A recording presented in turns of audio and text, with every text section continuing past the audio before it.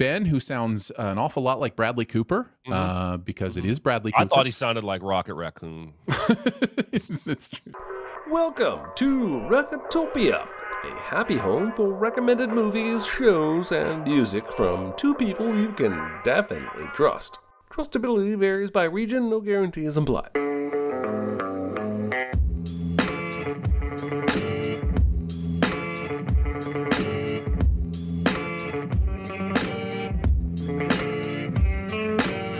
And now, here are your hosts, Aaron Dicer and Jeremy Scott. I want her to respect me the way that she respects you. I'm not saying that I was right, okay? And I'm sorry. You're sorry? I'm sorry. I accept your apology. Hello, everybody. Welcome to Recotopia, episode 82. I'm Jeremy Scott. And I'm Dicer. And Dicer is here as well. We welcome the chat who are here as we live broadcast this episode while we record it. The wonders of technology. This week's big recommend is 10 Cloverfield Lane. I'm anxious to get into that, but we always start out the show with our small recommends, and I'm hoping, Aaron, that you brought at least one or two of those this week. It's no big deal. Itty bitty living space. It's so small and light. It's small, it's tiny, it's petite, it's wee. Nope, totally forgot. Yes, I do have a couple. I figured Jeremy is doing movies this week, so I don't have any movies. I'll let Jeremy handle the movies this week. Nice. My first recommendation is a TV show that just has season 3 that just dropped. It is Disenchantment. Now, Disenchantment is the third series from the brain of Matt Groening after Simpsons and Futurama, and was just thinking the other day how incredible it is that he is 3 for 3 like this. All three of these shows are just so fun, so funny, and Disenchantment is a little bit more serial in nature. There's like an actual storyline that's going on. It's, you know, got a medieval theme, but then there's also places in this world that are more like steampunk. And so there's some steampunk things going on, but the characters are really fun. But it follows Bean, our heroine, as she and hero who continues to go through her world and try to figure things out. She's accompanied by Elfo and Lucy, a little demon, and they are absolutely hilarious together. So lots of fun side characters, which you would always expect from a Groening project. It's amazing how much they fill out the world with all these interesting characters in Simpsons and Futurama, and the same as in Disenchantment, which I often accidentally call Disenchanted, but it is actually Disenchantment. It is on Netflix. Season 3 just dropped. I highly recommend all 3 seasons. You know what's wild is that I remember reading about this show being in development, and then until today I forgot about it. But it's 3 seasons in. Like almost every week I'll see a headline or an article that's like this show renewed for a 7th season, and I'm like, that's I didn't even think it had come yet. I still haven't. Shame. I'm about to bring shame upon myself. I still haven't seen Futurama. Yeah. I know that the people I know that like The Simpsons and have seen Futurama tend to tell me Futurama is better. And I don't doubt it. I just haven't gotten there. It's hard to compare. Yeah, it's on Netflix. In Futurama, by the way, just came back on Hulu for a new season. A new season. Oh, all 3 of his shows are still running in one form or another. So that's amazing as well. But it's hard to compare things to The Simpsons because The Simpsons is this behemoth that has been around for over 3 decades, going on a 4th decade. And it's like, if you compare Futurama to the first couple seasons of The Simpsons, I think The Simpsons has the edge. But if you look at it as like a complete thing, I think Futurama on the whole, with its, what is this, the 13th season that just dropped, is probably better overall average, episodes or whatever. But Disenchantment is also really, really great and should be in that discussion. Aaron, why don't we wait until they've all had 35 seasons? That's right. And then we'll compare. We'll okay, fair enough. We'll touch back. We'll touch back on it. Well, I'm curious about this, and I will add it to the enormous pile that I'll starting to think I'll never get through, but good recommend. I'm gonna make a couple of small recommends for big movies that you guys probably already know I like and the show tends to like, but I have kind of a different reason for each of these. The first one is Unbreakable. So for the last 4 or 5 years, whenever my brother and his family and his kid come to town, his kid goes to college here, we have like a movie night or a movie weekend, and we tend to try and show his kid something he's never seen that we love. The first one I remember ever doing this with was The Matrix, and the look on his face at the end of The Matrix was reason enough to do this for all time. And brought him back for school this year, and we settled on the movie Unbreakable. He had never seen it, and he ended up really enjoying it. But it's the first time. This is a movie I saw in the theater. I built the print. I've seen it a dozen times. I have always loved this movie and championed it. But this is the first time I have seen it since we started doing Recotopia, which has caused me to watch movies in a new way that I think me is more fulfilling, because especially if it's a movie I've seen a bunch, I don't necessarily need to catch every line of dialogue. I can focus on stuff I've never focused on before. Now, again, my co-host today is a shameless M. Night Shyamalan fan who has probably, M. Night Shameless-a-thon, who has probably already gleaned this insight from this movie. And I'm perfectly willing to say that I'm late to the party on this particular insight. But I want you to watch Unbreakable again, everybody. If you've never seen it, watch it. It's fantastic. If you've seen it a bunch of times and like it, I want you to watch it with a very specific thought in mind. I want you to count unbroken shots.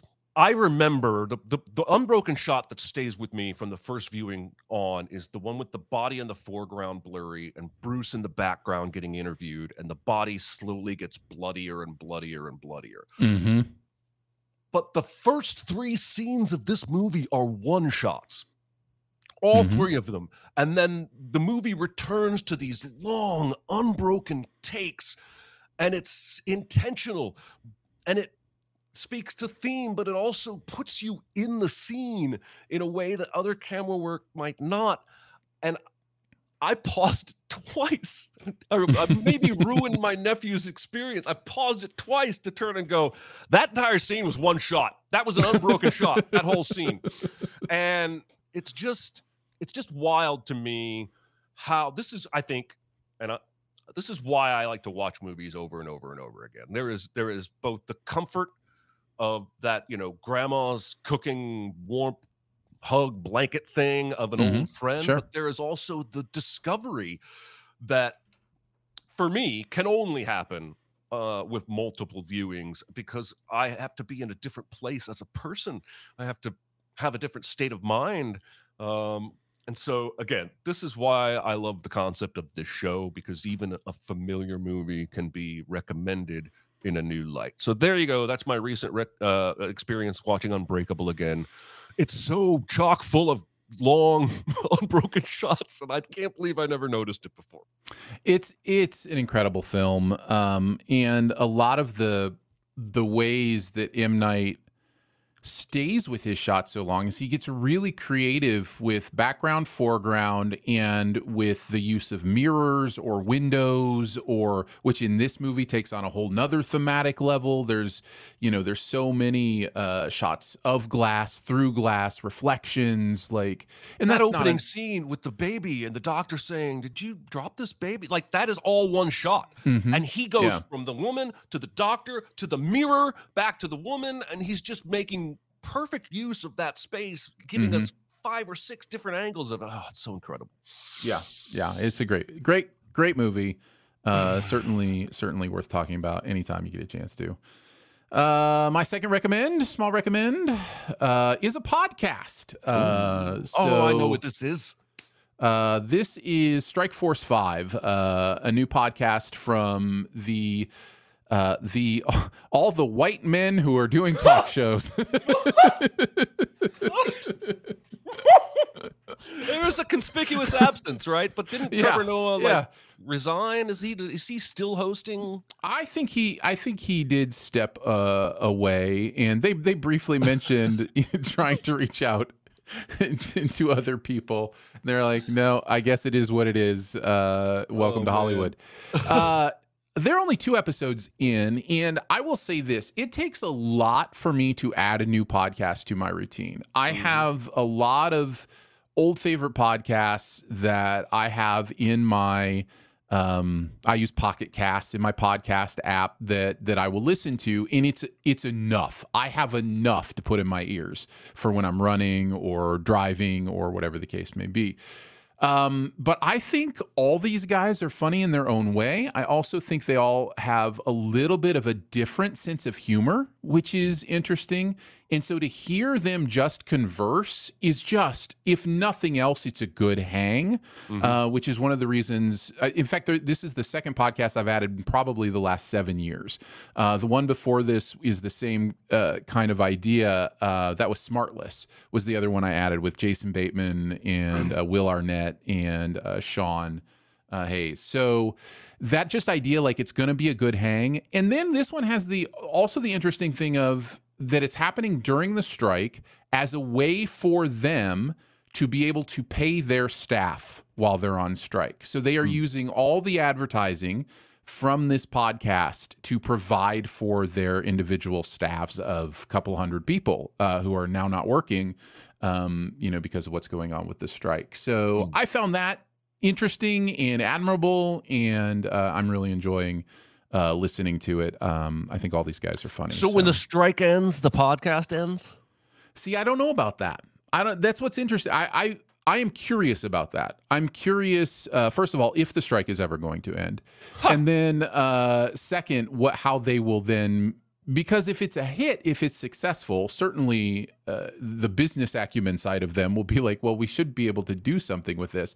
But I'm wondering if they'll still find a way to use this podcast to support something else other than their own already full bank accounts. I mean, they built the word strike into the title. So if it becomes like supporting the homeless, they're going to need like a new title. Sure. But I do like the idea. I was reading 2 days ago, they were pulling Kimmel quotes and making entire articles basically out of this podcast. And it was the first I'd heard of it. And I was like, wow, that's a great idea. The 5 of them together. I bet it's really funny. And I like the idea of donating the revenue. That's pretty cool, I think. Yeah, it's pretty cool, and it's a fun listen. It really is. I think the cynic in me 10 years ago would have been like, why don't you just pay him out of your pocket? But current me has a different perspective. Speaking of money, my second recommend is Moneyball. My small recommend Moneyball. I took a big swing, ladies and gentlemen. And I'm using a baseball analogy. And I showed this movie to my wife. My wife could not care less about baseball. It's not that she is looks down on it. She actually thinks my excitement about baseball is adorable. And she went to a baseball game with me. But other than that, she doesn't have any interest. So if I'm excited, all she needs to know is Orioles won. She doesn't need to know, which player got on base 3 times and were hit for the cycle. But there's something about Moneyball that I suspected might speak to her. Specifically, kind of the underdog thing, as well as the outside the box approach. So we sat down and we watched Moneyball. Don't tell my wife. I accidentally showed her the director's cut that I didn't know existed. I didn't know there was a director's cut of this movie. I bought the movie on Amazon. I didn't know there was a director's cut. There's extra scenes. And are they good? Scenes. They were okay. but I've seen the movie enough that I could tell every single time that a scene went a little long. Yeah, everybody's like, "There's a director's cut." I'm telling you, just go to Amazon, buy the movie if you've got expendable cash, and then watch it, and you'll see what I'm talking about. So this has happened before, by the way. There's several movies I bought on Amazon just trying to buy to own, and they ended up being extended cuts. Maybe there's a podcast mystery to be solved. Anyway, so about halfway through the movie, not halfway, she was pausing it every now and then to ask me questions, because there are things about the game that the movie kind of hopes you already understand. But nothing was too complicated to explain. But about halfway through, I paused it and I said, "Are you enjoying it?" And she said, "I'm actually really tired of all these scenes with his daughter because I want him to get back to the baseball stuff." The daughter stuff is the heart of the movie, though. It absolutely is. I'm telling you that for the humor's sake of her being invested in the baseball stuff. Yeah. I don't think she was actually trying to like be mean about the daughter. She became the kid from Liar Liar. Yes, baseball stuff. Baseball stuff. She got really wrapped up in whether or not they were going to succeed with this plan. Yeah. And my favorite moment was at the end when Scott Hatterberg hits the home run and rounds the bases. They've been up 11-0. They get tied 11-11. And she pauses the movie and she turns to me and she goes, "Now, how much of this is Hollywood?"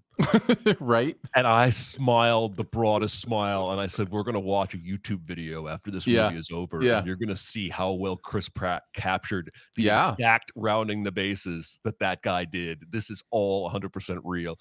And it just made the movie for her that wasn't, there are plenty of Hollywoodizations in the film, but that game is not one of them. The streak is not one of them. And she loved it. And it's really, I mean, the reason I'm making this a small recommend, I'm specifically trying to speak to non-baseball fans who had maybe avoided this movie because it's a baseball movie. And if my wife can really enjoy this, I think you guys could probably enjoy it as well. So there you go. It's my second small recommend, Moneyball. Bennett Miller directed Moneyball, and the only other two movies, I mean, he's only done 3 other movies as a director that I can see. And I've seen 2 of them, Foxcatcher and Capote, which are both fine. But there's just a magic with Moneyball that I don't. It's probably the Sorkin of it all, I'm guessing. But yeah, it's so good. It's so very good. It is. All right, it's time for the big recommend, everybody. This week's big recommend is 10 Cloverfield Lane. It was brought to us by Aaron. Aaron, take it away. I'm fine. It's just that you're so big. It's so huge. It's a good rule, but this is bigger than rules. It's bigger on the inside. Is it? I noticed. So I will preface our discussion on 10 Cloverfield Lane by talking a little bit about Dan Trachtenberg, who this was kind of his big first shot at directing a Hollywood feature. J.J. Abrams put him in charge and said, "Go for it." And Dan is somebody I followed for many, many years. Speaking of podcasts, he was on one of the first podcasts I ever listened to, probably, and watched. It was like a video podcast called The Totally Rad Show. And so I was very aware of this guy and his opinions and what, influenced him. And I knew him as kind of what we do, talking about movies and talking about that kind of stuff. And so I will preface all of this by saying I am not unbiased. I have a parasocial relationship with this director. You know what I mean? Like I want him to succeed. And thankfully I think he really is. And I think Prey, which was his kind of next big shot at this, also speaks to some real talent. But yes, this is a movie that takes place in the Cloverfield universe, though really only the last 10 to 15 minutes of the movie speak to that universe. And we start with this nice peaceful zoom out into this room, and then we find out that actually there's trauma happening in this room. There's a phone call going on. This is Mary Elizabeth Winstead's character. She's packing in a hurry. We're getting exposition just through shots. There's really no dialogue or sound in this.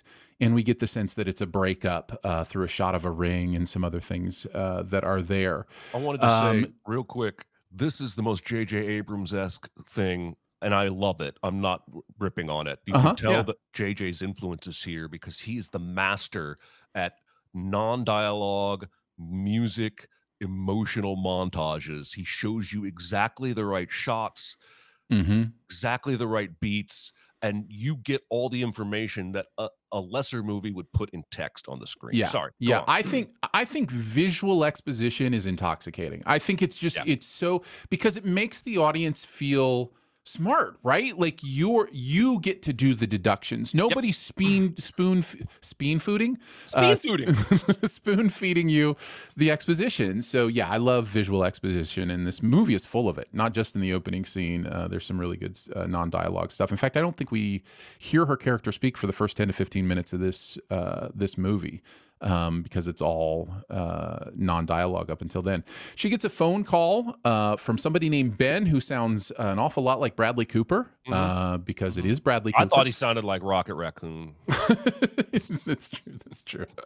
This distracts her just enough so that we think she gets in a car accident because she was distracted. And the titles come up with this very cool cut the sound to the title, then back to the sound, and then cut the sound. Really cool titling there during the car crash. She wakes up in a nightmare. She wakes up in what looks like a very sparse cell room. She is bandaged. She is fixed up as much as possible. She has an IV on her, and she's trying to figure out what's going on while being scared out of her mind. She sees that her phone is in there in the room, and though she's tied to the bed, she uses very resourcefully uses the IV stand to get her phone, tries to call, and we're being set up to know right away this is a very smart, resourceful character. Yeah, and one of the things I do enjoy about the movie is how much it lets its characters be smart, and does throughout. She finally meets John Goodman when he brings her some breakfast. She sharpens her crutch to try to attack him. Another resourceful, kind of smart thing to do, even sets a fire to get him in the room. But he rebuffs that attack. He is able to survive that and then have a conversation with her about what is going on the outside. So we also find out that there's another prisoner here who we meet quickly, because we very quickly get to a time when Howard is letting her and Emmett look around. He mentions a Megan. We don't know who this Megan is. The movie is setting up a lot of questions for us to ask, which I also love. Leaves us with a lot of questions and a lot of tension that is just a very natural tension of what's going on here. Where Emmett says he was actually trying to get into the bunker, which is our first clue to the Mary Elizabeth Winstead character that maybe this guy's not just crazy, even if he is creepy. I like how, I appreciate that you said that way, because no matter what, he is not right. Correct. So we do start to get the sense that he is trying to replace Megan, who he says, is his daughter. Then we get this dinner scene where, again, she's being very resourceful, scopes out where the keys are, sets up a plan to get him angry enough to confront her so that she can snag the keys. It works. Her plan works. She gets there in what I think is a very unique turn on this situation. She is left to make the decision herself whether or not she's going to leave or stay. And because of what she sees outside when a woman just happens to be there at the same time that she's escaping, she is able to go, you know what, I'm just not sure what it is out there. Even though this guy is creepy, I don't want to walk out and die. And so she stays. So then we get some of the little bit of exposition about Howard's daughter being Megan. He mentioned something about the wife taking her away from him. So we get the sense that that's where this imbalance started, or maybe even before then. And maybe there are reasons the wife took him away. All of this is in the air. Then we get some interesting kind of happy times stuff. I Think We're Alone Now is playing on the radio, and they're putting together a puzzle, and they're kind of having a good time and getting used to this.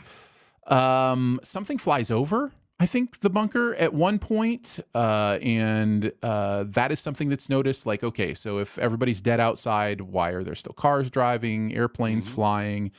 And then the filtration system gets blocked. And so he has Michelle crawl through to unblock it. But she discovers, dun, dun, dun, somebody wrote help on the upper exit window of the bunker. They find out together, her and Emmett find out that this was a girl named Brittany, who previously the Howard character had said was his daughter. They realize that's not his daughter, that he had a second person trapped here and traumatized here. So they launch a plan to use the shower curtain as a hazmat suit and to find a way out. This is broken up a little bit when Howard finds some tools in a really dramatic scene, confronts them about the tools over a vat of biological acid. Jesus. And this is a part where Emmett says it was all my idea. I apologize. I'm sorry. And he says, I accept your apology, and then shoots him dead. And at that point, we are at the precipice of, okay, we know what's going on here. You know, this guy has clearly lost his mind. He's clearly a bad person who has bad intentions. And so then it's really just about the escape at that point. So she does get caught, but manages to turn the table by dumping the acid on him, which also starts the bunker on fire. She then uses a trick that he taught her to break the lock out of the bunker. She rips her suit, but hears and sees birds and knows that the air is okay. And then it becomes a Cloverfield movie. So that's what happens the last 10 to 15 minutes. But at the end, she decides to go to Houston, where they are fighting the alien attackers, because she finally now knows that she wants to choose to fight to protect and not just panic and run, which is the theme of her character and the progress, the character development of her character and what that character had to learn. So there you go. That is 10 Cloverfield Lane. Jeremy, this time through, what are some of your thoughts? I think I have maybe a unique perspective on the end. It feels to me like people are one of two camps. They either dislike the Cloverfield ending or they like the Cloverfield ending. I want something in between. I want her to go outside, see the birds, take off her mask. Everything's great. And then suddenly an alien ship approaches and we're done. That's it. I don't need... So you want it to end where she goes, oh, come on, and then cut to credits? Basically, yes. Yeah. Because I don't mind. The whole movie sets up that something is probably going on. Whether he's lying about it or not, the pigs got screwed up. That woman has a screwed up face, and she's screaming to get inside. Screaming, I only touched them for a little bit. I only touched them for a second or something. They only touched me for a second. Yeah. Evidence that there is something going on. So I don't mind that aliens show up at the end. That doesn't bother me. I mind that she gets out and then we have a 12-minute separate movie of escaping the aliens. And I feel like that is just too much Cloverfield-ish. Like, we're trying too hard to make it Cloverfield. You could have just had one of the monsters from the original Cloverfield like stomp on the horizon at the end of this movie, and it would have been fine to call it Cloverfield. They went so far as to put the address of this house is 10 Cloverfield. Yeah. Like, there's a street sign that falls down or an address sign at the end of the movie. Mailbox. Yeah, what are you doing? Why, by naming the street that? It's also on a piece of mail we see earlier in the film, but it goes by pretty quickly.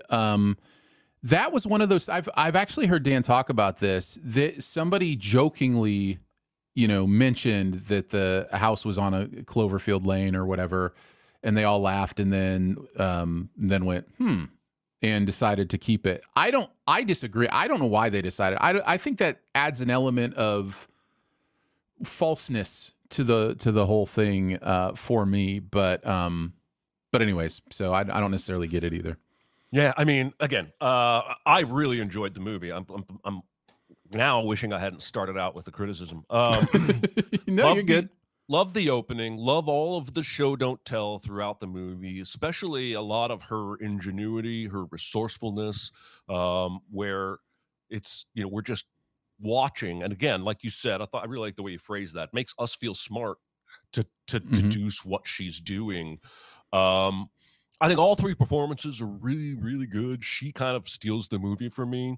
I never disliked John Goodman. I'm not trying to rag on that guy, and I don't know the actor's name who played Emmett, but I remember him from Newsroom. John Gallagher Jr., I believe is his name, something like that. That sounds about right.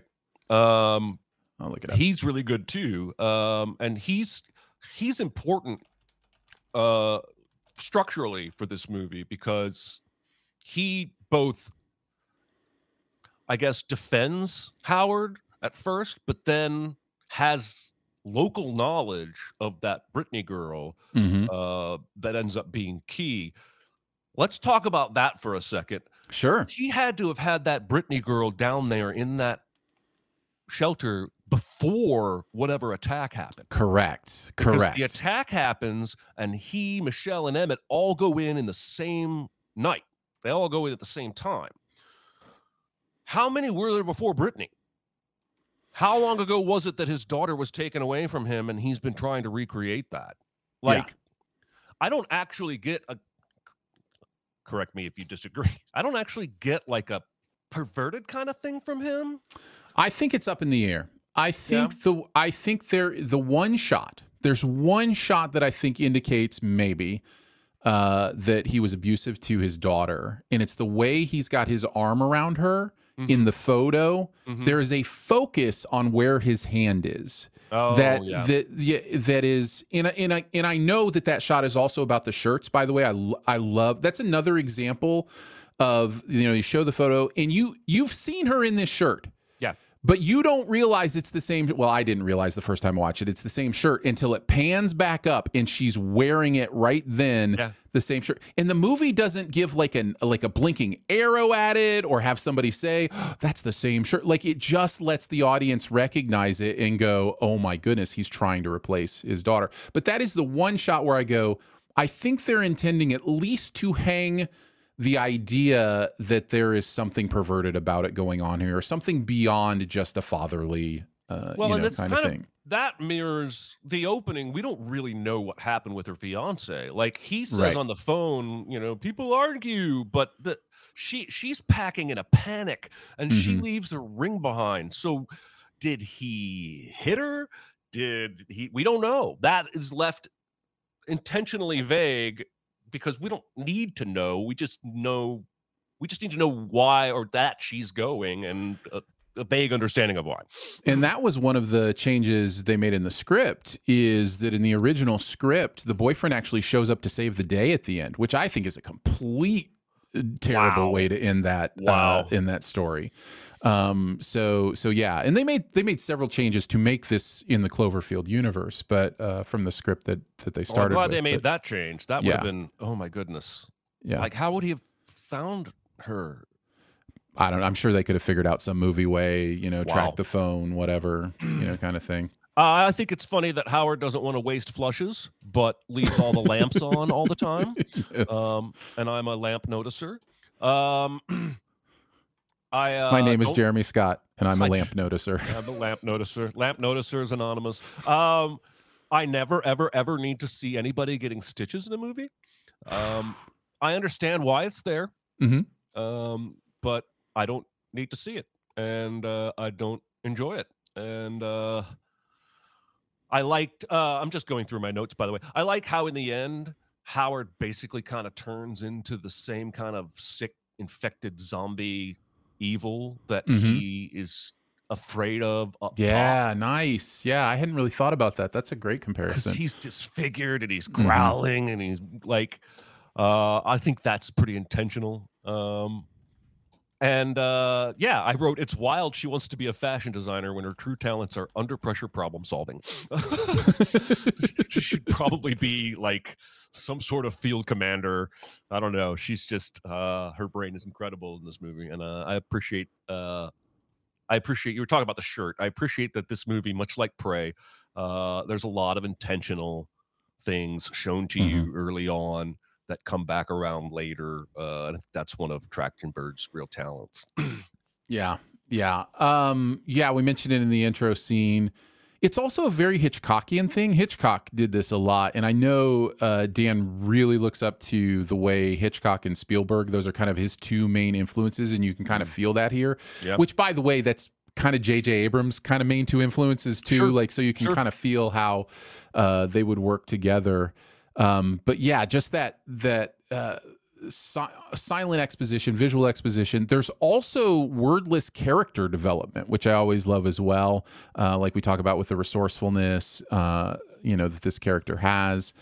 The Ben character, as voiced by Bradley Cooper, was originally supposed to be in the movie. Bradley Cooper was originally supposed to appear in this movie, and then they just changed it. And that, of course, is an Alias connection. JJ and Bradley go back to Alias together. Way back. I knew Bradley Cooper before any of you fools because I was an Alias.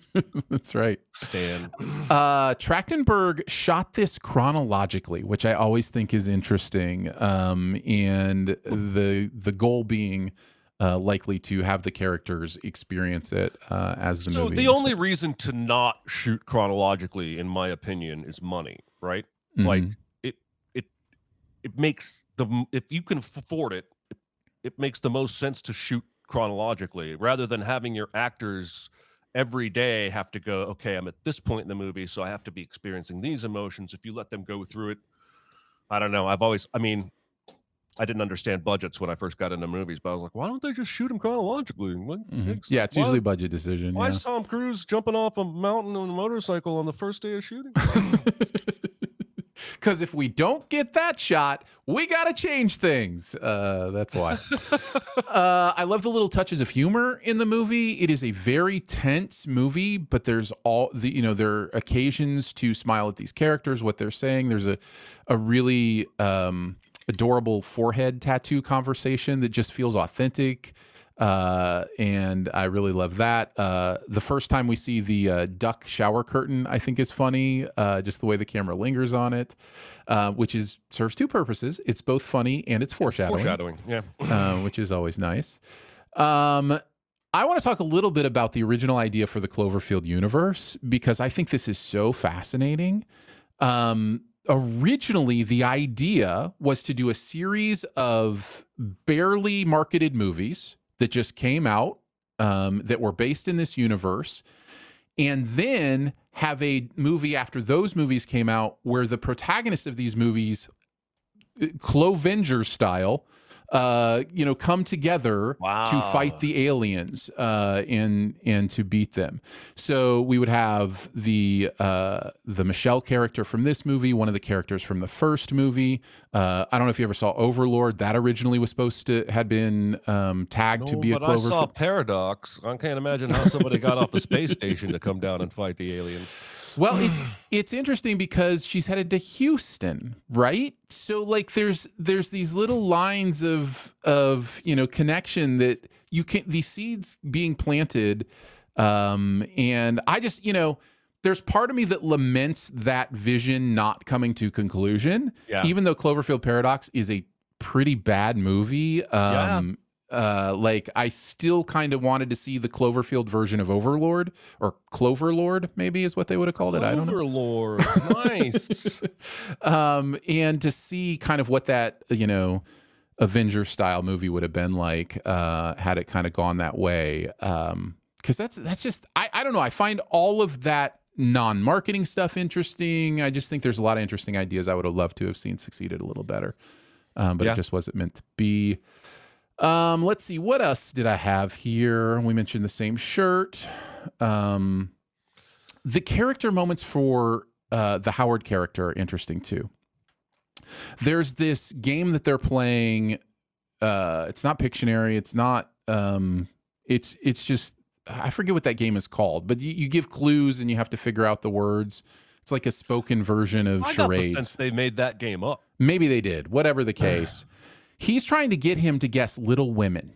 And he gets Little pretty quickly. And he goes, oh, what she is. And he can't get off the girl, he calls her child at one point. And like, we're, as funny as that scene might be, we are getting a real sense for how locked into his view of her as his daughter, as a girl, a child. And even when at the end his guess is a little princess, you know, like it all speaks to, like, you couldn't get to Little Women because you don't see her as a woman. Right. You know, so you just couldn't get there. I really thought that was amazing. Another one of those moments after he kills the guy and he comes into her and he's like, let's do dessert before dinner.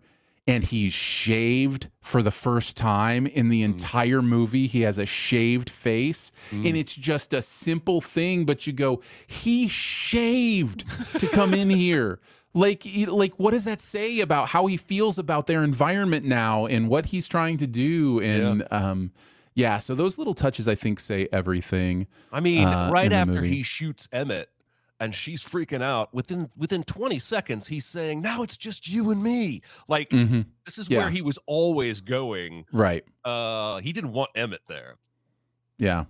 I'd also mention she fills up at a Kelvin gas station, which a Kelvin is a little J.J. Abrams Easter egg thing, which has taken on greater meaning in the Star Trek universe. And they call the whole thing like the Kelvin timeline. They did. That's always fun to see in his movies that he has place in. And then other than that, I really like the character development. I think it sets up really well this idea. She tells this story of how she saw somebody, a girl being abused by her parents, like verbally abused in the store, and she just gutting, and she just couldn't do anything. And that is what the movie is. It's about her learning how to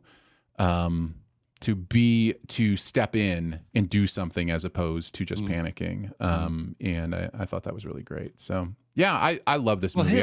His story right before that is parallel because he talks about how he was really good at a sport and had a scholarship, but was too scared, so he didn't get on the bus, and so he never got on the bus, so he just stayed here. But by the end, he's decided to work with her to escape. That's completely opposite of the guy who wouldn't get on the bus. So even he has an arc, but I love those two stories right back to back. Yeah, I think it's really, really good. This movie really impresses me. I just think it's really great filmmaking.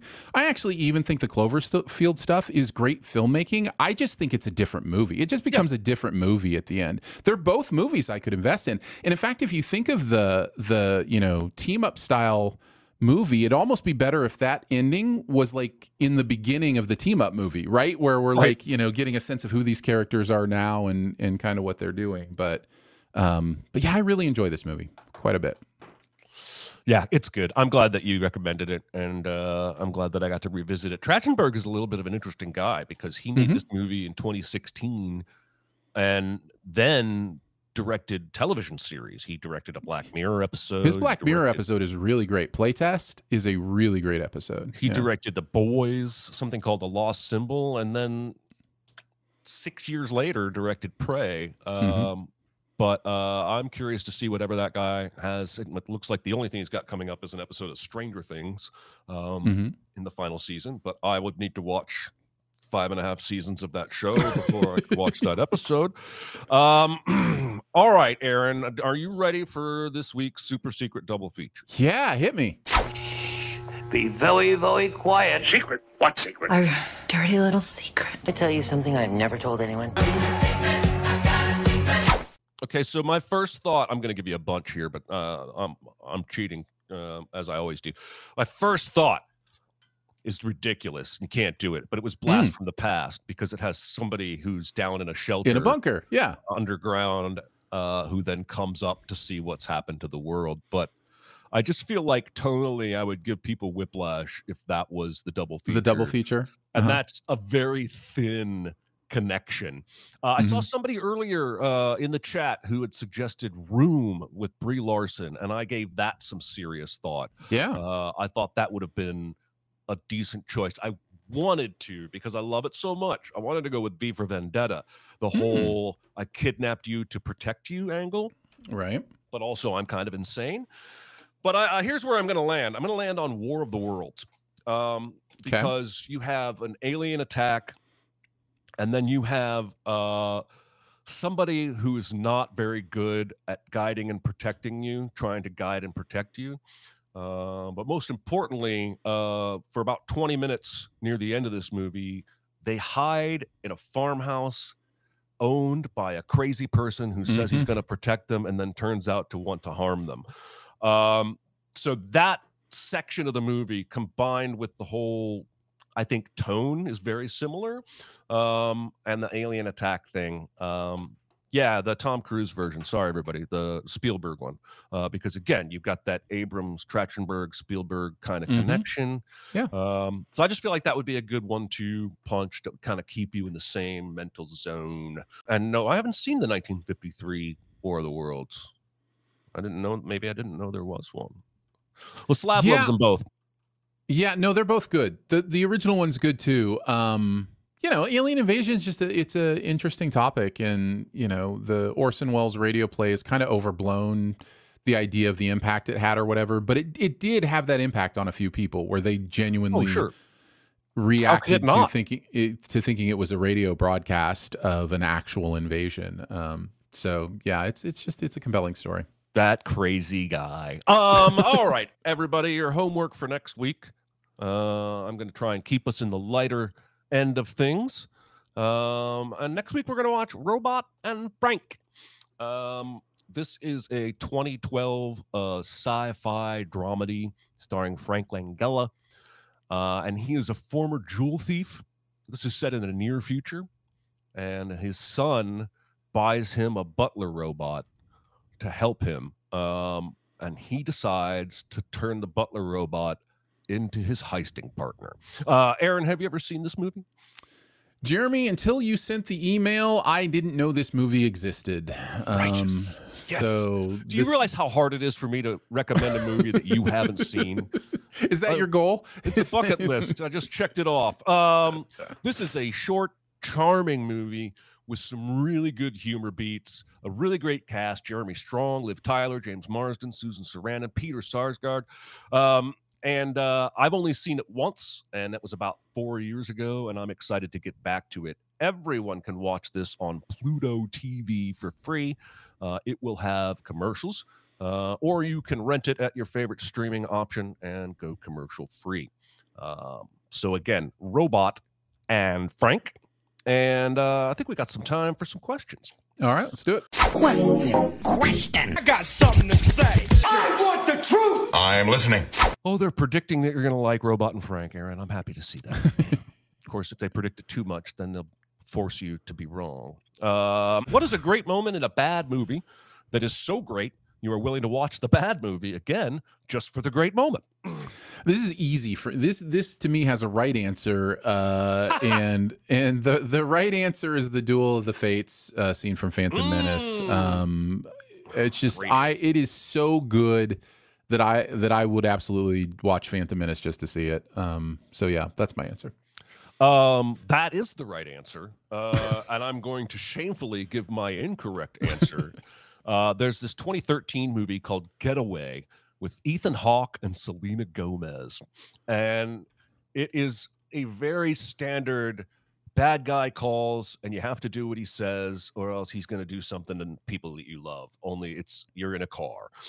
But there is a chase scene in this movie that is one of the best car chases I've ever seen, because I think they took the most expensive camera in existence and put it on the front bumper of the car. It's a Mustang, if I remember right. And it cuts to this angle. And I know it's all coordinated with stunt drivers, but when he goes through intersections and barely misses cars, it's just it's a visual I have never experienced in any other movie. And it's a standout, but everything else about the movie is completely average. So, you have to know that going in. Slab says the car chase in The Matrix 2, famously the best car chase ever. The plane crash sequence from Knowing. I always get two Nicolas Cage movies confused. Knowing and the other one that you get confused for Knowing?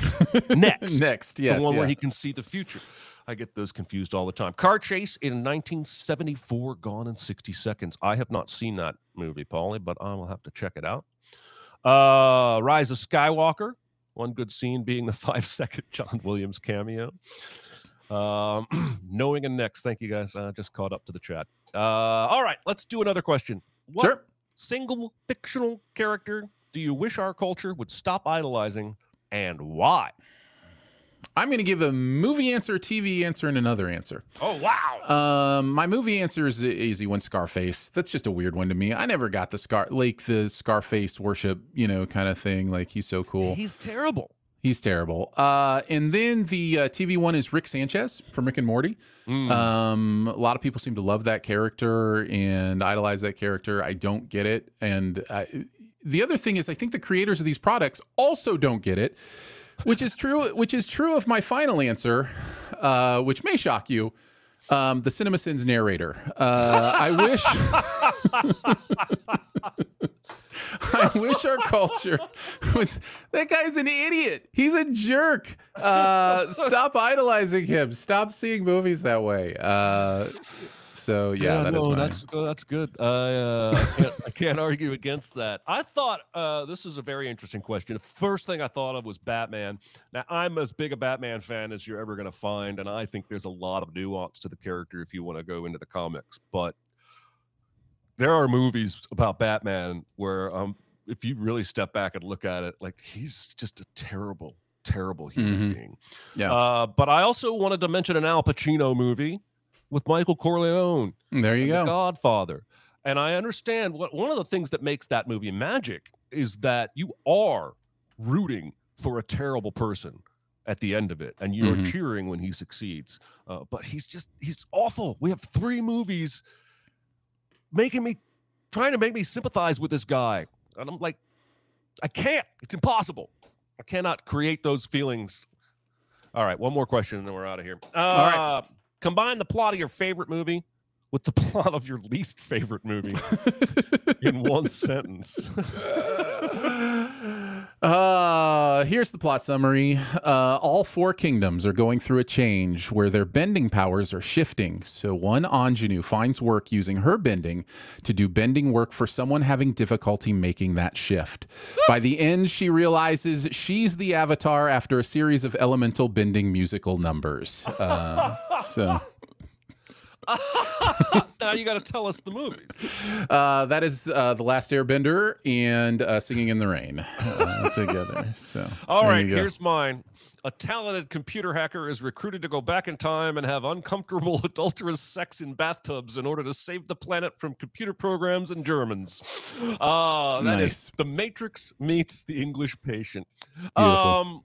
That's a fun note to end on, and let's call that a show, everybody. Your homework next week is Robot and Frank. You can find that on Pluto TV. Thanks to the chat for coming out and weighing in and being a part of the show. And for Aaron Dicer, I'm Jeremy Scott. We'll see you next week. Bye, guys.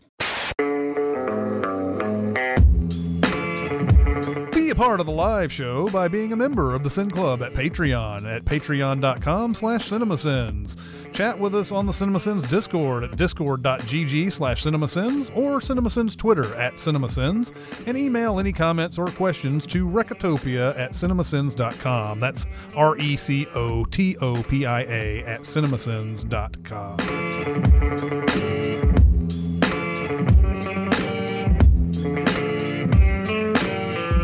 How you doing? I don't even know. I haven't had a second to figure that out. That's what happens is you do a vacation and then you come home and it's like a tornado of life. And it doesn't matter how much you beforehand are like, I'm going to set it up so that it won't be like that when I get back. It doesn't matter. Doesn't matter.